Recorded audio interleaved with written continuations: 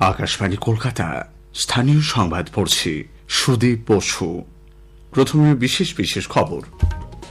আবাস যোজনা প্রকল্পে আগামী মঙ্গলবার থেকে রাজ্য সরকার উপভোক্তাদের অ্যাকাউন্টে টাকা পাঠানোর কাজ শুরু করছে। ভারতীয় সংবিধান নির্মাণে নারীদের ভূমিকা অনস্বীকার্য বলেছেন প্রধানমন্ত্রী নরেন্দ্র মোদী। সংবিধানের ৭৫ বছরের গৌরবময় যাত্রাপথ নিয়ে লোকসভার বিশেষ আলোচনায় প্রধানমন্ত্রী আজ বক্তব্য রাখেন। আর.জি. কর মেডিকেল কলেজে চিকিৎসক পড়ুয়ার জন্য ন্যায় বিচারের দাবিতে ফের পথে নেমেছেন চিকিৎসক থেকে শুরু করে সাধারণ মানুষ। আধার কার্ডে তথ্য অনলাইনে বিনামূল্যে আপডেট করার মেয়াদ কেন্দ্রীয় সরকার ফের বাড়িয়েছে। শুষ্ক উত্তরে হাওয়া প্রবেশ করায় রাজ্যে আগামী কয়েকদিন জাঁকিয়ে শীত অনুভূত হবে বলে জানিয়েছে আবহাওয়া দপ্তর। আইএসএল ফুটবলে যুব ভারতী ক্রীড়াঙ্গনে মোহনবাগান সুপার জায়ান্ট কেরালা ব্লাস্টার্সের মুখোমুখি হয়েছে। আসছি বিস্তারিত সংবাদে। আবাস যোজনা প্রকল্পের উপভোক্তারা মঙ্গলবার থেকে নিজেদের অ্যাকাউন্টে টাকা পাবেন। ওই দিন বিকেলে মুখ্যমন্ত্রীর উপস্থিতিতে আনুষ্ঠানিকভাবে টাকা পাঠানোর কাজ শুরু হচ্ছে। বাংলার বাড়ি নামে এই প্রকল্পে ১২ লক্ষ উপভোক্তার কাছে প্রথম কিস্তির টাকা সরাসরি তাদের ব্যাংক অ্যাকাউন্টে পৌঁছে দেওয়া হবে। রাজ্য সরকারের নিজস্ব তহবিল থেকেই এই টাকা দেওয়া হবে বলে নবান্নে প্রশাসনিক সূত্রে জানা গেছে। সাম্প্রতিক ট্যাব কেলেঙ্কারির কথা মাথায় রেখে বিশেষ সতর্কতা অবলম্বন করা হচ্ছে। আধারের ইউনিক কোড ব্যাংক অ্যাকাউন্টের সঙ্গে সংযুক্ত না থাকলে উপভোক্তারা কিস্তির টাকা পাবেন না। সে কারণে গ্রামে গ্রামে বিশেষ শিবির খুলে আবাসের তালিকায় নাম থাকা উপভোক্তাদের বায়োমেট্রিক তথ্য নথিভুক্ত করা হচ্ছে। এছাড়া আবাসের তালিকা নিয়ে যাতে কোনো প্রশ্ন না ওঠে সেজন্য রাজ্য সরকার প্রত্যেক উপভোক্তাকে একটি করে অনন্য পরিচয়পত্র দেওয়ার পরিকল্পনা নিয়েছে। আবাস প্রাপকদের চূড়ান্ত তালিকা প্রত্যেক ব্লকের সমষ্টি উন্নয়ন আধিকারিকদের দপ্তরে টাঙিয়ে রাখা হবে। বাংলার আবাস যোজনা নিয়ে গ্রাম সভার বৈঠক চলাকালীন কোচবিহারের দিনহাটার ওখরাবাড়ি গ্রাম পঞ্চায়েতের চেয়ার টেবিল ভাঙচুরের অভিযোগ উঠেছে। গ্রাম পঞ্চায়েত অফিসে আটকে রাখা হয় দিনহাটা ১ নম্বর ব্লকের আধিকারিকদের। স্থানীয়দের অভিযোগ, আবাস যোজনায় অনেক যোগ্য ব্যক্তি ঘর পাননি, অথচ অযোগ্যদের নাম তালিকায় রয়েছে। পরিস্থিতি নিয়ন্ত্রণে আনতে বিরাট পুলিশ বাহিনী সেখানে যায়, আধিকারিকদের উদ্ধার করে বের করে নিয়ে যাওয়া হয়। প্রধানমন্ত্রী নরেন্দ্র মোদী বলেছেন, ভারতীয় সংবিধান নির্মাণে নারীদের ভূমিকা অনস্বীকার্য। সংবিধানের ৭৫ বছরের গৌরবময় যাত্রাপথ নিয়ে লোকসভার বিশেষ আলোচনায় প্রধানমন্ত্রী আজ বক্তব্য রাখেন। তিনি বলেন, বিভিন্ন ক্ষেত্রের ১৫ জন নারীর ভাবনা প্রতিফলিত হয়েছে সংবিধানের রূপরেখা তৈরিতে। শ্রী মোদী অন্যান্য দেশের সঙ্গে তুলনা টেনে বলেছেন, ভারতীয় গণতন্ত্রের প্রথম থেকেই মহিলাদের ভোটাধিকার সুনিশ্চিত করা হয়েছে। প্রধানমন্ত্রী ভারতীয় গণতন্ত্রকে গণতন্ত্রের জননী বলে উল্লেখ করেছেন। भारत का लोकतंत्र, भारत का गणतांत्रिक अतीत बहुत ही समृद्ध रहा है, विश्व के लिए प्रेरक रहा है। भारत आज मदर ऑफ डेमोक्रेसी के रूप में जाना जाता है। हम सिर्फ विशाल लोकतंत्र है इतना नहीं, हम लोकतंत्र की जननी है। এর আগে আজ আলোচনায় অংশ নিয়ে সংসদ বিষয়ক মন্ত্রী কিরেন রিজিজু সংবিধান প্রণয়নে ড ভীমরাও আম্বেদকরের অবদানকে স্মরণ করেন। আলোচনায় অংশ নিয়ে ডিএমকে এ রাজা গণতন্ত্র, আইনের শাসন, ধর্মনিরপেক্ষতা এবং সমতার বিষয়টি উত্থাপন করেন। বিরোধী দলের নেতা কংগ্রেসের রাহুল গান্ধী বিজেপির বিরুদ্ধে সংবিধানকে দুর্বল করার অভিযোগ এনেছেন। তিনি বেকারত্ব, অগ্নিবীর স্কিম, পুঁজিবাদ এবং কৃষক ও নারীদের বিরুদ্ধে কথিত অত্যাচারের বিষয়গুলি উত্থাপন করেন। লোকসভায় বিষয়টি নিয়ে এখনো আলোচনা চলছে বলে জানা গেছে।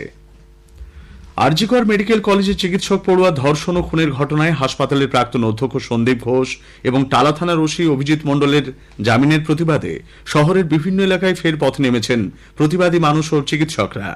প্রদেশ কংগ্রেসের পক্ষ থেকে নিজাম প্যালেসের সামনে আজ সকালে বিক্ষোভ দেখানো হয়। পুলিশ ব্যারিকেড দিয়ে মিছিল ঠেকাতে গেলে শুরু হয় ধস্তাধস্তি। পথেই বসে পড়েন কংগ্রেস কর্মী সমর্থকরা। ৯০ দিনেও কেন্দ্রীয় এজেন্সি চার্জশিট কেন দিতে পারল না, সেই প্রশ্ন তুলেছেন প্রদেশ কংগ্রেস সভাপতি শুভঙ্কর সরকার।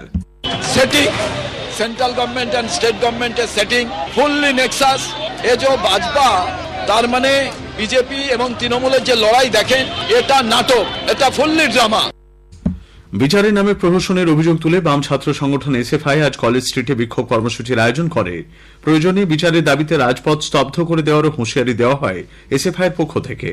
সল্টলেকের করুণাময়ী থেকে সিজিও কমপ্লেক্স পর্যন্ত মিছিল করেছে এসইউসিআই। এই ঘটনায় শাসক ও বিজেপির আঁতাত রয়েছে বলে তাদের অভিযোগ। ন্যায় বিচারের দাবিতে আজ ফের পথে নেমেছেন West Bengal junior doctors front এবং অভয়া মঞ্চের প্রতিবাদীরাও। সামিল হয়েছেন অভয়ার বাবা মা। অভয়ার বাবা বলেন, যেখানে যেখানে আন্দোলন হবে এখন অ্যাটেন্ড করবো সব। রাস্তাই একমাত্র আমাদের রাস্তা। সিবিআই দেওয়া উচিত ছিল, দেয়নি। তার জন্য আজকে প্লাকার্ড বেরিয়েছে, সেটিংস এর প্লাকার্ড বেরিয়ে গেছে অটোমেটিক। কারণই এটা, আমরা চেষ্টা করছি আন্দোলন জোরদার করে বিচার ছিনিয়ে আনা। সল্টলেকের করুণাময়ী থেকে সিডিও কমপ্লেক্স পর্যন্ত মিছিল চলছে। এদিকে রানী রাসমণিতে আজ চিকিৎসকদের জমায়েতকে কেন্দ্র করে ব্যাপক উত্তেজনা ছড়ায়। ডাক্তারদের কর্মসূচিতে বাধা দেওয়ার অভিযোগ উঠেছে পুলিশের বিরুদ্ধে। দুপক্ষের মধ্যে বেশ কিছুক্ষণ বচসা ও ধস্তাধস্তি চলে।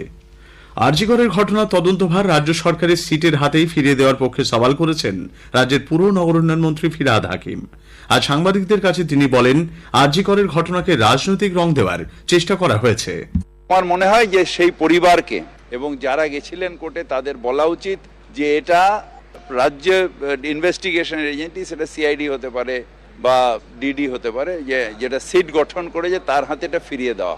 তার কারণ যদি সিট গঠন করে মুখ্যমন্ত্রীর প্রশাসন 60 দিনে দিতে পারে, তাহলে রাজ্য পুলিশ বা কলকাতা পুলিশের যে 4 দিনের ইনভেস্টিগেশন তার উপরে আর কিছু পেল না। আরজিকরের ঘটনায় সিবিআই তদন্তে মানুষ আস্থা হারাচ্ছেন বলে মন্তব্য করেছেন বর্ষিয়ার কংগ্রেস নেতা প্রাক্তন সাংসদ অধীর রঞ্জন চৌধুরী। সিবিআই এবং এই অপরাধের যে বিরোধিতার তীব্রতা, যা আইনি মোকাবেলা করবার যে সমস্ত ব্যবস্থা, সেটা কলকাতা হাইকোর্ট থেকে চলে গেল, তার ফোকাস উঠে সুপ্রিম কোর্টে। এবং তারপর থেকেই আমরা দেখতে পেলাম যেন সমস্ত কিছু একটু অগোছালো হতে আরম্ভ করলো এবং মানুষের মধ্যে সন্দেহ প্রকাশ পেতে আরম্ভ করলো। আমাদের সংবাদ শোনা যাচ্ছে ইউটিউব চ্যানেল আকাশবাণী সংবাদ বাংলা, ফেসবুক ও ইনস্টাগ্রাম আকাশবাণী সংবাদ কলকাতা এবং এক্স হ্যান্ডেল AIR নিউজ কলকাতাতে। স্থানীয় সংবাদ শুনছেন আকাশবাণী কলকাতা কেন্দ্র থেকে। এখন বিজ্ঞাপন। আলু চাষে সুস্থ সবল গাছ পেতে পাতার যত্ন নিন বায়ারের এন্ট্রাকল দিয়ে। এর আয়নিত জিঙ্ক পাতাকে রাখে সবুজ। প্রথম 5 সপ্তাহ এন্ট্রাকল 2 বার প্রয়োগ করুন, কেননা স্বাস্থ্যকর পাতায় ভালো ফলনের হাতিয়ার।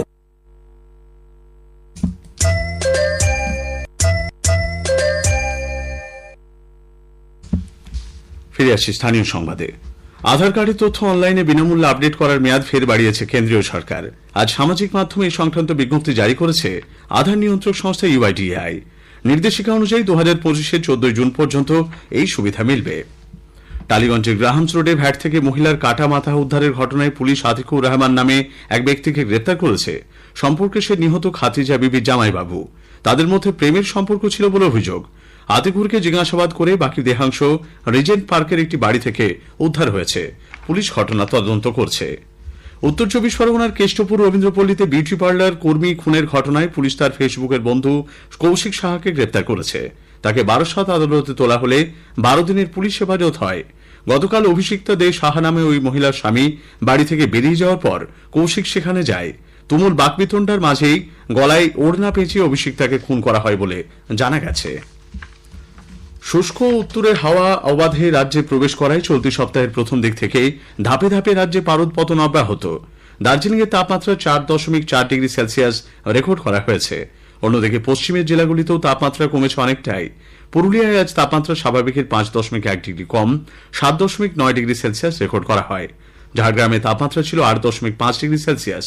আগামীকালও পুরুলিয়া, পশ্চিম বর্ধমান ও বীরভূমে শৈত্যপ্রবাহের সতর্কতা রয়েছে। পশ্চিমবঙ্গ খাদি ও গ্রামীণ শিল্প পর্ষদ আয়োজিত খাদি মেলা আজ শুরু হয়েছে। দক্ষিণ কলকাতার EDF মাঠে মেলার উদ্বোধন করেন কৃষিমন্ত্রী শোভনদেব চট্টোপাধ্যায়। 5ই জানুয়ারি পর্যন্ত প্রতিদিন দুপুর 1টা থেকে রাত 9টা পর্যন্ত মেলা চলবে।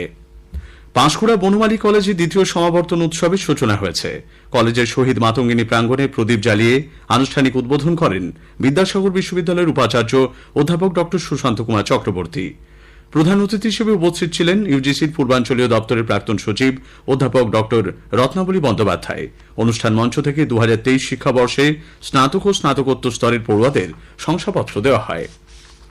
যুব ভারতী ক্রীড়াঙ্গনে আজ ISL ফুটবলের মোহনবাগান সুপার জায়ান্ট এবং কেরালা ব্লাস্টার্সের খেলা চলছে। একটু আগে পাওয়া খবরে জানা গেছে খেলা গোলশূন্য। 78তম জাতীয় ফুটবল সন্তোষ ট্রফির মূল পর্বের প্রতিযোগিতা আজ তেলেঙ্গানায় শুরু হয়েছে। 32 বারের বিজয়ী বাংলাদেশ গ্রুপের ম্যাচে জম্মু কাশ্মীরের বিরুদ্ধে খেলছে। শেষ করার আগে স্থানীয় সংবাদের বিশেষ কিছু অংশ আরও একবার। আবাস যোজনা প্রকল্পে আগামী মঙ্গলবার থেকেই রাজ্য সরকার উপভোক্তাদের অ্যাকাউন্টে টাকা পাঠানোর কাজ শুরু করছে। ভারতীয় সংবিধান নির্মাণে নারীদের ভূমিকা অনস্বীকার্য বলেছেন প্রধানমন্ত্রী নরেন্দ্র মোদী। আরজিকর মেডিকেল কলেজে চিকিৎসক পড়ুয়ার জন্য ন্যায় বিচারের দাবিতে ফের পথে নেমেছেন চিকিৎসক থেকে শুরু করে সাধারণ মানুষ। স্থানীয় সংবাদ শেষ হলো।